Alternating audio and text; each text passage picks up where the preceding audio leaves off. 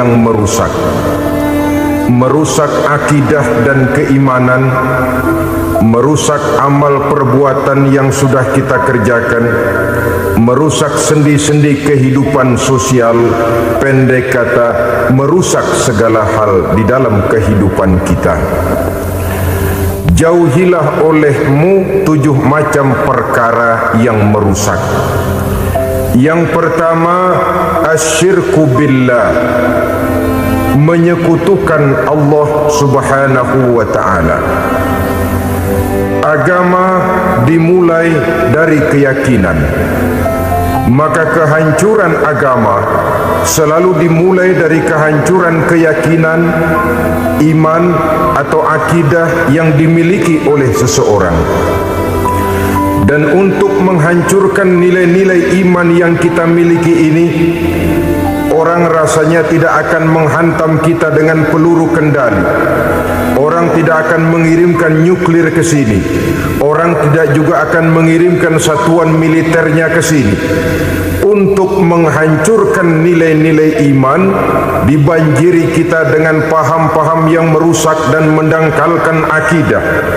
Baik ia bernama materialisme, baik ia bernama sekularisme, baik ia bernama banjirnya maksiat dan munkarat, baik ia bernama banjirnya peradaban dan kebudayaan yang menghancurkan moral daripada anak-anak kita, sedikit demi sedikit melenturkan dan melunturkan nilai-nilai keimanan kita, untuk kemudian pada waktunya nilai iman itu akan bertukar dan berganti menjadi nilai syirik kepada Allah Subhanahu wa ta'ala. Atau pada sisi lain, menjadikan yang selain Allah sebagai tujuan akhir daripada kehidupan kita. Sedangkan kita sama-sama maklum bahwa di dalam pandangan agama Islam, dosa yang tidak berampun, dosa yang terbesar, termasuk dalam kategori bapak moyangnya dosa, tidak lain adalah syirik, yakni menyekutukan Allah Subhanahu wa ta'ala. Pola penghancuran iman ini memang berstrategi. Ditawarkan kita kepada paham materialisme, paham kebendaan, di mana otak menempati urutan sebagai ranking pertama, Tuhan jatuh pada urutan kedua. Lalu menyusul kepada paham sekularisme, Allah dipisahkan dari seluruh kegiatan hidup ini, untuk pada gilirannya menjadikan yang selain Allah sebagai tujuan akhir daripada seluruh kegiatan hidup kita. Oleh karenanya, kewajiban menjaga nilai-nilai iman ini merupakan kewajiban yang mulia tetapi berat. Tidak hanya untuk kita, tetapi juga bagaimana mewariskannya kepada anak-anak kita, generasi yang akan datang. Orang-orang tua bijaksana yang diceritakan di dalam Al-Quran, kalau sudah berpikir tentang anak-anaknya, pertanyaan yang paling mereka risaukan ialah ma ta'buduna min ba'di. Anakku, kalau pada satu saat aku, ayahmu sudah tidak ada lagi di dunia ini, meninggalkan kamu semua, ma ta'buduna min ba'di, apa yang akan kamu sembah nak? Jikalau sekarang ayahmu masih mau ke masjid, masih mau melakukan rukuk dan sujud, masih beribadah menyembah Allah Subhanahu wa ta'ala, kalau orang tuamu sudah tidak ada, ma ta'buduna min ba'di, masihkah engkau mau datang ke masjid? Masihkah engkau mau rukuk dan sujud? Masihkah engkau mau menyembah Allah Subhanahu wa ta'ala? Pertanyaan ini yang dipikirkan oleh Nabi Yakub kepada putra-putranya. Pertanyaan ini yang diteruskan oleh Nabi Ibrahim kepada anak-anaknya. Pertanyaan ini yang diwariskan oleh generasi ulama salafus saleh kepada para generasi berikutnya. Bagaimana kita generasi sekarang? Kita orang-orang tua sekarang bukan berfikir ma ta'buduna min ba'di, malah yang kita fikirkan ma ta'kuluna min ba'di. Kalau bapak tidak ada nanti kamu makan apa nak? perkara kamu nyembah apa urusan nomor 18. Yang penting kamu nanti hidup bisa makan, nak. Maka kita sibuk mewariskan harta kepada anak-anak kita. Kita sibuk mewariskan kebun dan tanah kepada anak-anak kita. Kita sibuk mewariskan pabrik kepada anak-anak kita, sementara kita lupa mewariskan intan yang paling mahal, mewariskan mutiara yang paling berharga, yaitu nilai iman kepada Allah Subhanahu wa ta'ala. Alangkah baiknya apabila warisan harta, warisan tanah dan kebun, warisan rumah dan pabrik didasari lebih dahulu dengan mewariskan nilai iman kepada Allah Subhanahu wa ta'ala. Sebagai orang-orang tua, kita boleh bersedih kalau anak kita tidak mengerti komputer. Kita boleh bersedih kalau anak kita tidak mengerti matematika. Kita boleh bersedih kalau anak kita tidak mengerti bahasa Inggris.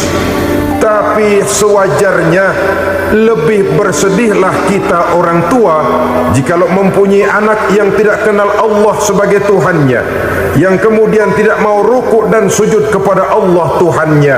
Itulah kemalangan yang paling malang bila kita meninggalkan generasi yang tidak bertauhid kepada Allah Subhanahu wa ta'ala. Betapapun anak kita tidak mengerti komputer, saudara, paling-paling kerugiannya cuma kerugian dunia. Masuk dia ke alam barzakh, munkar nakir tidak akan sempat tanya kau belajar komputer apa tidak. Kumpul dia di padang mahsyar, malaikat juga tidak akan tanya matematikamu nilainya berapa. Yang ditanya kau kenal Allah, kau rukuk dan sujud kepadanya, kau pernah datang ke masjid. Oleh karena itu, sekali lagi, menjaga nilai iman tidak hanya untuk kita, tetapi juga mewariskannya kepada anak-anak kita, generasi yang akan datang. Sungguh kemalangan yang paling besar apabila kita meninggalkan anak-anak kita. Mereka kita tinggalkan lemah ekonominya, itu tidak baik. Mereka kita tinggalkan lemah otaknya, itu pun akan membuat mereka tertinggal oleh yang lain. Tapi yang paling celaka, jikalau kita tinggalkan mereka dalam kondisi lemah imannya, rapuh akidahnya, tidak baik dan tidak betul keyakinan hidupnya. Oleh karena itu, Nabi berpesan, jauhilah 7 perkara yang merusak. Yang pertama, syirik kepada Allah Subhanahu wa ta'ala. Menyekutukan Allah baik dalam ucapan, dalam keyakinan ataupun dalam perbuatan. Ini perkara pertama yang termasuk 7 perusak besar di dalam kehidupan. Kalau sudah jatuh kita ke lembah syirik, bagaimanapun banyak kebaikan yang kita kerjakan, berjiwa sosial, bertangan pemurah, gemar menolong orang lain, kalau memang dasarnya syirik, maka seluruh kebaikan kita akan hancur, tidak akan ada nilainya dalam pandangan Allah Subhanahu wa ta'ala. Dalam pandangan manusia, mungkin kita dicatat sebagai orang sosial, gemar menolong orang lain, tidak berpangku tangan melihat orang yang mendapat kesulitan. Tapi oleh karena dasarnya syirik, dasarnya tidak mentauhidkan Allah, maka seluruh nilai kebaikan yang kita kerjakan tidak akan ada nilainya dalam pandangan Allah Subhanahu wa ta'ala. Maka jagalah iman kita, jangan sampai dihinggapi penyakit syirik yang bagaimana kecilnya sekalipun. Sekali lagi, baik syirik dalam bentuk ucapan, syirik dalam bentuk keyakinan, sampai kepada syirik dalam bentuk perbuatan, kita berhindar kepada sifat-sifat yang sedemikian itu. Karena apa?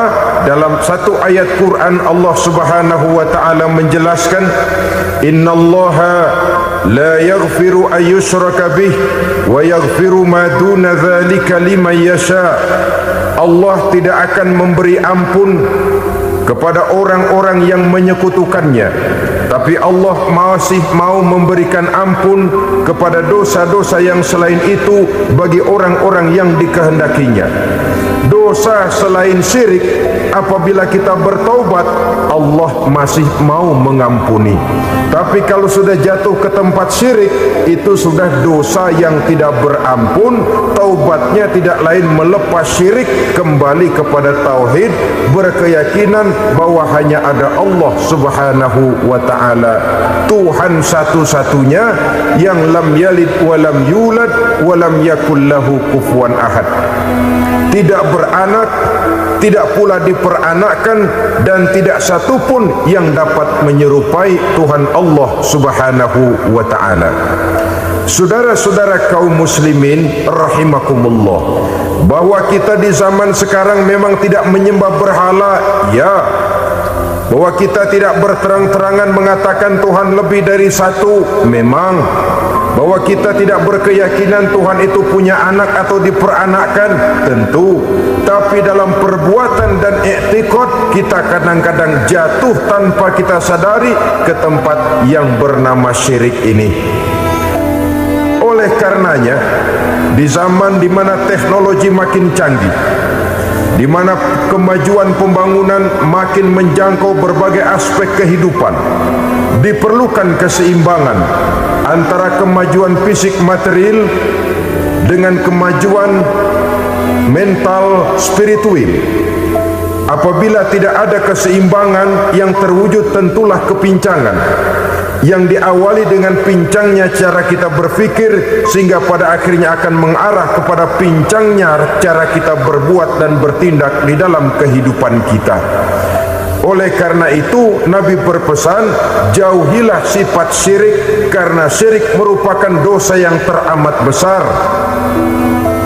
Ini sifat merusak yang pertama. Yang kedua, kata Nabi, wasihra, jauhilah sihir. Sihir ini juga termasuk perkara yang merusak kehidupan. Kita semua sama-sama maklum bahwa sihir sebenarnya bukan persoalan baru. Sejak sebelum datang Islam, sihir itu sudah ada. Di zaman Yunani kuno, sihir ada. Di zaman Mesir kuno, di zaman Cina kuno, dan yang lain-lain yang serba kuno, sihir itu sudah ada. Bahkan para nabi pun, para rasul yang diutus oleh Allah Subhanahu wa ta'ala, senantiasa berhadapan dengan ahli-ahli sihir untuk menguji kebenaran dari misi yang mereka bawa. Sihir adalah perbuatan di luar kebiasaan yang bisa dikerjakan oleh ahlinya dengan bantuan jin atau setan. Hukum mempelajari sihir adalah haram, mengamalkannya lebih haram lagi. Sebab itu saudara-saudara, sihir merupakan perbuatan merusak yang harus kita jauhi. Ciri-ciri daripada perbuatan sihir, pertama, ia mengandung tipuan, bayangan khayal. Di zaman Nabi Musa misalnya, orang melihat tambang-tambang itu seperti ular. Nabi Musa melayangkan tongkatnya menjadi ular-ular besar yang memakan ular-ular kecil ciptaan tukang-tukang sihir Fir'aun tadi. Lalu sihir bisa terjadi dengan bantuan jin kafir atau setan. Kemudian ciri yang ketiga, sifatnya halus dan tersembunyi. Taruh kata ada seorang ahli sihir yang mempergunakan ayat-ayat Quran sebagai jompa-jampe, sebagai baca-bacaan, itu cuma sekedar kedok. Tujuannya tidak lain menjadikan agama sebagai ketok untuk membenarkan cara yang dimurkai oleh Allah Subhanahu wa ta'ala. Satu hadis yang diriwayatkan oleh Imam Bazar dan Tabrani, Nabi berpesan, laisa minna man tatayyara lahu au takahhana au tukuhhina lahu au sahira lahu. Tidak termasuk ke dalam golonganku, kata Nabi, tidak termasuk umatku Siapa mereka? Man tatoyyaro lahu, orang yang bertatoyur. Apa tatoyur itu? Dari kalimat toyaro, artinya terbang. Toir biasa diartikan dengan burung. Tatoyaro percaya kepada suara-suara burung. Man tatoyyaro lahu, mempercayai, meyakini dengan benar-benar kepada suara beburungan. Kan suka ada itu, nah bunyi burung tuh, maling liwat. Maling liwat, burung bunyi, maling liwat. Itu termasuk tatoyyaro lahu, percaya kepada suara burung. Kan aneh kalau suara orang nggak dipercaya, suara burung malah dipercaya. Ada ustadz ceramah, kiai ngaji, nggak mau didengerin, burung dengerin bener. Nah, suaranya dari sebelah mana? Belah kulon. Nah, itu tandanya anu. Habis dihitung-hitung, itu termasuk tatoyyaro lahu. Au takahana, atau bertenung, au tukuhina, atau minta ditenungkan, au sahirolahu, atau melakukan perbuatan sihir, atau minta disihirkan. Laisa minna, tidak termasuk ke dalam golonganku, kata Nabi. Sehingga dengan demikian saudara-saudara, menghadapi sihir dengan sihir sekalipun termasuk perbuatan yang tidak diajarkan oleh agama. Kita kan mempelajari sihir untuk jaga diri, tidak apa-apa. Yang dilarang mengamalkannya, dilarang juga mempelajarinya. Sebab orang kalau sudah mengetahui, biasanya lalu terangsang untuk mencoba. Kalau percobaannya berhasil, biasanya terangsang untuk coba lagi dan coba lagi. Pada akhirnya ketagihan, lalu beralih menjadi profesi, apalagi itu nanti bisa mendatangkan hasil uang. Saudara-saudara kaum muslimin rahimakumullah, kita manusia makhluk nyata, kita hidup di alam nyata, terikat oleh sunnatullah, causality. Oleh karenanya bagi kita keyakinan yang penuh, keikhlasan di dalam bertuhankan Allah, penyerahan diri sepenuhnya hanya kepadanya, itu sudah merupakan obat penangkal yang sangat ampuh agar kita tidak terkena penyakit-penyakit yang dibuat oleh setan dan para pembantunya. Sehingga beberapa ayat Quran mengajarkan, misalnya a'udzu bikalimatillahi tammati min syarri ma khalaq, atau bismillazi la yadurru ma'asmihi syai'un fil ardi wala fis sama, dengan menyebut nama Allah yang tidak bisa mendatangkan bahaya sedikit pun, dari baik yang datang dari langit maupun yang datang dari bumi. Jiwa yang kosong dari keyakinan yang penuh kepada Allah, jiwa yang penuh was-was dan ragu-ragu, itu yang mudah terserang oleh penyakit-penyakit yang dikerjakan oleh para tukang-tukang sihir, yaitu oleh setan dan seluruh para pembantunya. Kemudian hadis kedua yang diriwayatkan oleh Imam Ibnu Hibban, Nabi bersabda, la yadkhulul jannata mudminu khamrin wala mu'minu bisihrin wala qati'u rahmin. Tidak masuk surga. Ini Nabi yang bilang, tidak masuk surga. Siapa itu? Pertama, mudminu khamrin, orang yang berkekalan dalam mabuk.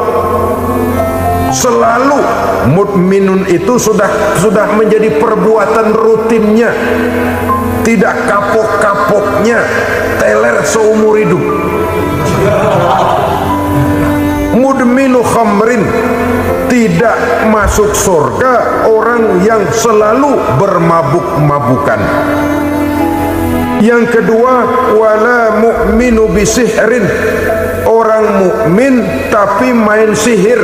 Ini juga oleh Nabi diperingatkan, tidak akan masuk surga orang mukmin tapi suka main sihir. wala qati'u rahmin, dan tidak juga orang yang memutuskan silaturahmi. Tiga macam manusia yang diperingatkan Nabi tidak akan masuk surga: orang yang selalu mabuk, orang mukmin yang main sihir, dan orang yang memutuskan silaturahmi. Saudara-saudara kaum muslimin rahimakumullah, lalu orang berkata, kenapa dilarang kita bersihir padahal Rasul sendiri kan punya mukjizat? Nah, kita memang harus membedakan antara mukjizat dengan sihir.